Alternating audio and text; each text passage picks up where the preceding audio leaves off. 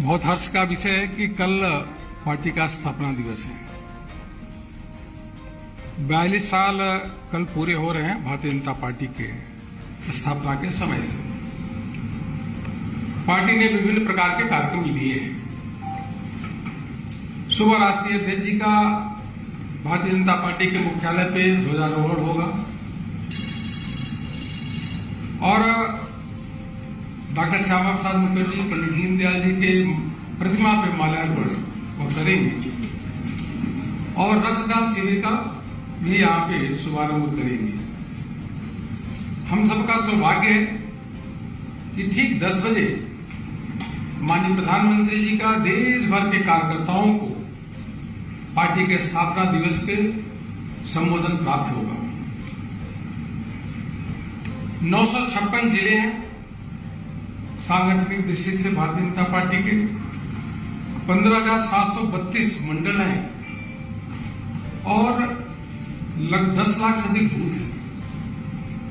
सभी मंडल पे, सभी जिला कार्यालय पे पार्टी का ध्वजारोहण होगा, पार्टी के झंडे का, और सभी जिले, मंडल और प्रदेश कार्यालय पे वहां से शोभा यात्रा भी निकाली जाएगी और सभी बूथों पर पार्टी कार्यकर्ता सामूहिक रूप से माननीय प्रधानमंत्री जी का संबोधन सुनेंगे। प्रदेशों के मुख्यमंत्री, मंत्री, सांसद, विधायक सभी किसी न किसी कार्यक्रम में भाग लेंगे।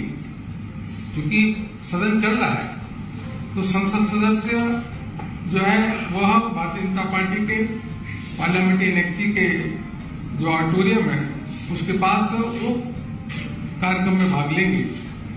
शेष सभी जो विधायक हैं, राज्यों में मंत्री और मुख्यमंत्री किसी न किसी कार्यक्रम में वह भाग लेंगे और सभी हर्षोल्लास के साथ पार्टी का स्थापना दिवस के कार्यक्रम को मनाएंगे। और इसलिए भी कार्यकर्ताओं में हर्षोल्लास है क्योंकि चारों राज्यों में भारतीय जनता पार्टी को ऐतिहासिक विजय हासिल हुई है। माननीय प्रधानमंत्री जी के नेतृत्व में जो यह अभी विजय हासिल हुई है, कार्यकर्ता पूरे देश भर के अभी अच्छे तरीके से उन्होंने पहले सेलिब्रेशन किया, कल और सेलिब्रेट करेंगे और उत्सव मनाएंगे। राष्ट्रीय अध्यक्ष जी 11 बजे शोभा यात्रा जो करोल बाग में निकलेगी उसमें भाग लेंगे।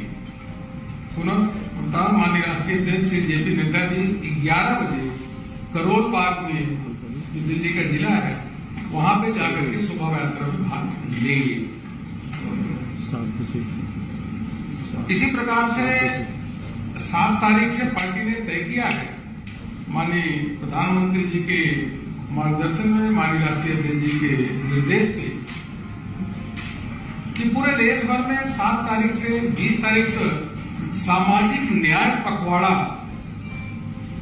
का कार्यक्रम मनाया जाएगा। आप सब जानते ही हैं कि प्रधानमंत्री जी के नेतृत्व में लगातार जिस प्रकार से गरीब है, शोषित है, वंचित है, पिछड़ा है, अनुसूचित जाति है, अनुसूचित जनजाति है, निरंतर उनके कल्याण के लिए कोई न कोई स्कीम आई है, उनके उत्थान के लिए काम हुआ है। वह प्रधानमंत्री जी को अपने मसीहा के रूप में देखते हैं।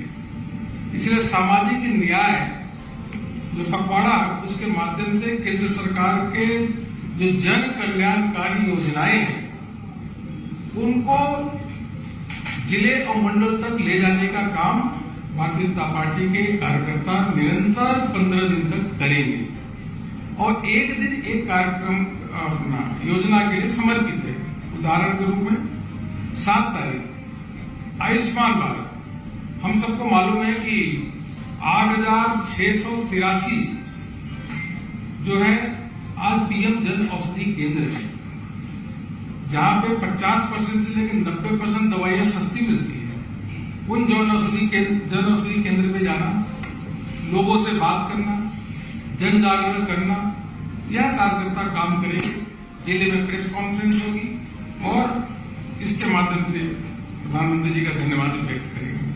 8 अप्रैल प्रधानमंत्री आवास योजना 2 करोड़ से अधिक मकान बन चुके हैं और 2022-23 में 80 लाख से अधिक प्रधानमंत्री आवास योजना के अंतर्गत मकान बनाए जाने।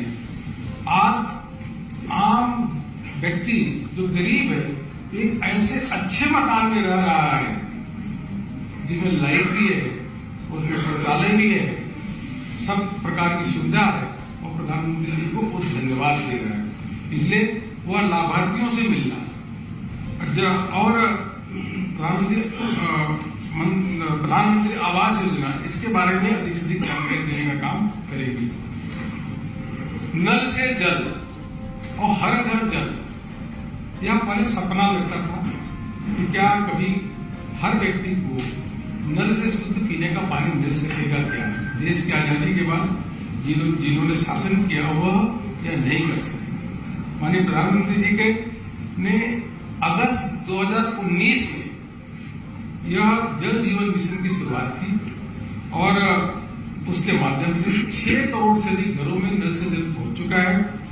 इस वर्ष भी यह टारगेट है कि 3 करोड़ 80 लाख घरों में नल से जल पहुंचाया जाएगा। इसलिए उस दिन नल पूजन का भी कार्यक्रम देगा और उसी के साथ साथ यह संकल्प किया जाएगा 2024 तक हर घर में नल से जल पहुंचे और उसी के साथ साथ कोई अगर नदी तालाब है, कुआं है तो उसकी भी स्वच्छता करेंगे, वो भी अभियान पूरा करेंगे।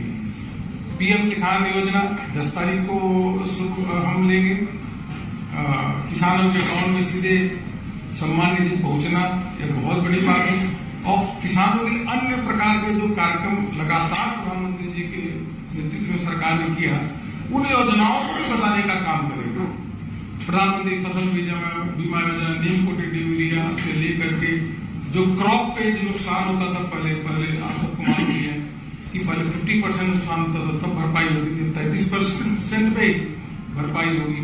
इसका उद्देश्य है कि एक एक योजनाओं को ले जाके लोगों को, किसानों के बारे में किसानों को बताना, जिससे जनजागरण भी हो और किसान अधिक से अधिक लाभ भी ले सके। यह पूरे देश भर में अभियान चलना है।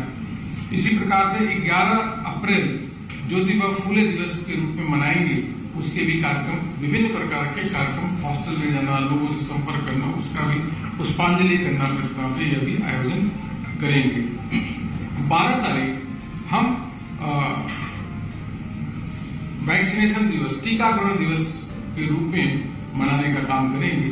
185 करोड़ लोगों को मुफ्त में टीकाकरण मिल गया। उस दिन जिनको टीकाकरण नहीं हुआ, जिन बच्चों को, उनसे संपर्क करना, उनका टीकाकरण कराना, जो भी अभी बचे हैं उनसे भी उनका भी टीकाकरण कराना, उसके साथ साथ उनको टीकाकरण केंद्र में ले आना और फल है, जूस है इत्यादि की भी व्यवस्था करेंगे। वो प्रधानमंत्री जी को धन्यवाद देने का काम करेंगे। विश्व का सबसे बड़ा टीकाकरण अभियान कहीं हुआ है तो प्रधानमंत्री जी के नेतृत्व में भारत में हुआ, जो प्रधानमंत्री जी को अभिनंदन भी करने का काम हुआ। विश्व का सबसे बड़ा खाद्यान्न योजना अगर कहीं चल रही तो भारत में चल रही है। इसलिए 13 अप्रैल को प्रधानमंत्री गरीब कल्याण अन्न योजना के नाम से पूरे देश भर में कार्यक्रम होगा।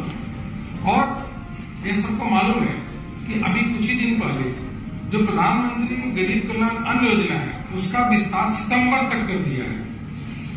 25 महीने तक चलने वाली यह योजना और 80 करोड़ लोगों को अन्न देने का काम विश्व में कहीं भी नहीं हुआ है। यह सबसे बड़ा खाद्यान्न योजना देश में चल रहा है और 3,44,000 करोड़ रुपए इसमें खर्च हो रहे हैं।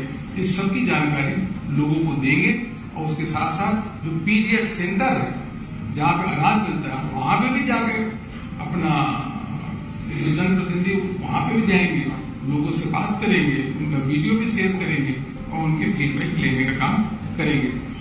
14 अप्रैल बाबा साहब भीमराव अंबेडकर की जयंती है। प्रतिवर्ष भारतीय जनता पार्टी बाबा साहब अंबेडकर के जयंती को बूथ तक कार्यक्रम करती है।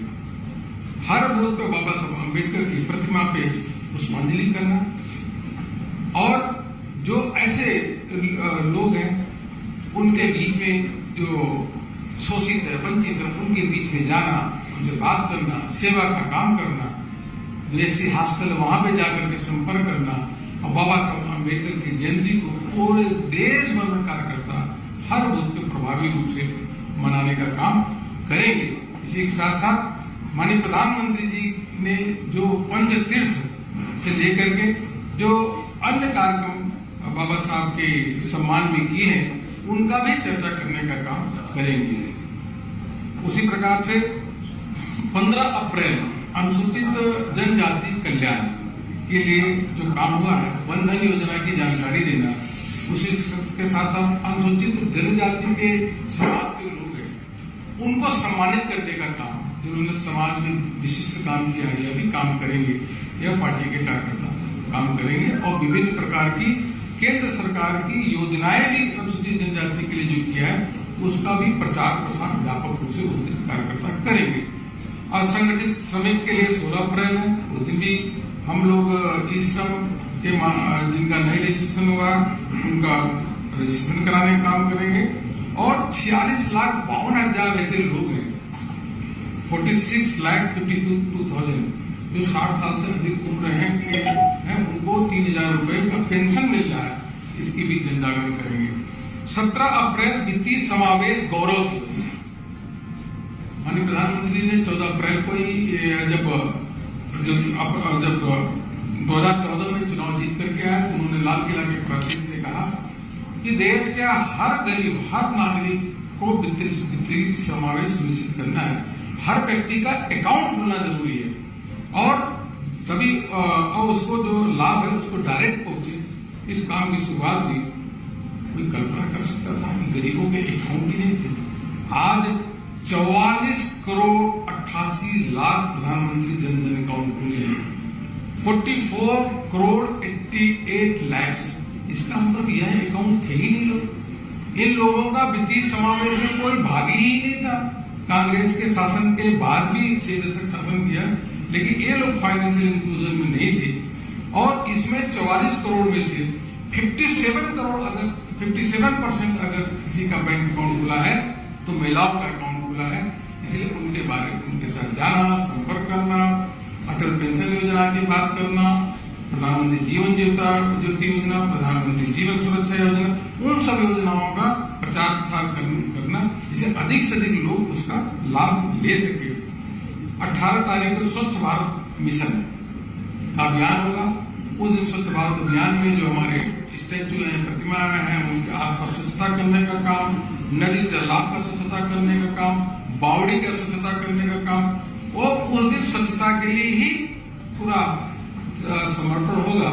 क्योंकि और इसके साथ साथ पोषण अभियान 19 तारीख को, यह आंगनबाड़ी के कार्यकर्ताओं से मिलना, उनसे संपर्क करना, हर जनप्रतिनिधि 19 तारीख को कहीं न कहीं जाकर के आंगनबाड़ी के कार्यकर्ता उनसे जाकर के मिलने का काम करेगा और पोषण अभियान के लिए जागरूकता करने का काम करेगा। और 20 तारीख अंत में आजादी के अमृत महोत्सव से संबंधित विभिन्न कार्यक्रम करेंगे। तो यह जो हमारा पखवाड़ा है, इन पखवाड़ों में समाज के लिए, गरीब के लिए, आम जनता के लिए जो काम हुआ है, उन कामों का प्रचार प्रसार करना यह पार्टी करेगी। और सभी सांसद, सभी विधायक अपने अपने क्षेत्र में जाकर पूरे समय इस काम में लगाएंगे और पार्टी के सभी स्तर पे, बूथ स्तर, मंडल स्तर, जिला स्तर और प्रदेश स्तर पे इन कार्यक्रमों का आयोजन सफलपूर्वक होगा। ये मुझको आपसे कहना था। और इसी के साथ साथ जो देश के आकांक्षी जिले, उन आकांक्षी जिलों में केंद्रीय मंत्रियों की 24 घंटे के प्रवास वहां पर सुनिश्चित, रात को वहां रुकेंगे और एक मंत्री लगभग 2 जिले 3 जिले को जाने के काम करेंगे और वह जाएंगे तो वहां पे जो योजनाएं आकांक्षी जिलों के लिए केंद्र सरकार की योजनाएं, प्रदेश सरकार की योजनाएं, उन योजनाओं के बारे में चर्चा करेंगे और जो योजनाएं चल रही है उसका भ्रमण भी करेंगे और कार्यकर्ताओं के साथ बैठक भी करेंगे। इस प्रकार से पार्टी ने पूरा कार्यक्रम अपने हाथ में लिया है। हमें पूरा विश्वास है कि प्रधानमंत्री जी के नेतृत्व में, राष्ट्रीय अध्यक्ष जी के निर्देश के ये सभी कार्यक्रम सफलपूर्वक भारतीय जनता पार्टी के कार्यकर्ता करेंगे। और हर प्रदेश में टीम ही बनी है। जैसा मैंने कहा कि कार्यकर्ताओं में बहुत जोश उमंग है और आज भारतीय जनता पार्टी विश्व की सबसे बड़ी पार्टी है और अलग अलग राज्यों में भारतीय जनता पार्टी को सफलता प्राप्त हो रही है। यह हमारी जो विचारधारा, हमारी कार्य योजना, हमारी पंचनिष्ठाएं और एक प्रधानमंत्री जी का नेतृत्व के कारण यह सफल हो पा रहा है। इसको प्रभावी रूप से आगे हम करने का काम करेंगे। आपको अलग अलग दिन का कार्यक्रम की जानकारी यहाँ से मिल जाएगी। मैंने देखा, सुबह भी देखा कि बीजेपी ने टोपी पहनाना शुरू कर दिया और कल भी ये सोच है पहले टोपी कहते हैं। पार्टी के जो भी कार्यक्रम होते हैं, रैली हो, सभा हो, हर सभा रैली में पार्टी के कार्यकर्ता टोपी लगा के जाते हैं, पटका लगा के जाते हैं और झंडा हाथ में लेके जाते हैं। इन कार्यक्रमों में भी हाथ में झंडा रहेगा, सर में टोपी रहेगा और गले में पटका रहेगा। भारत माता की जय और भारतीय जनता पार्टी जिंदाबाद, इसके नारे लगेंगे।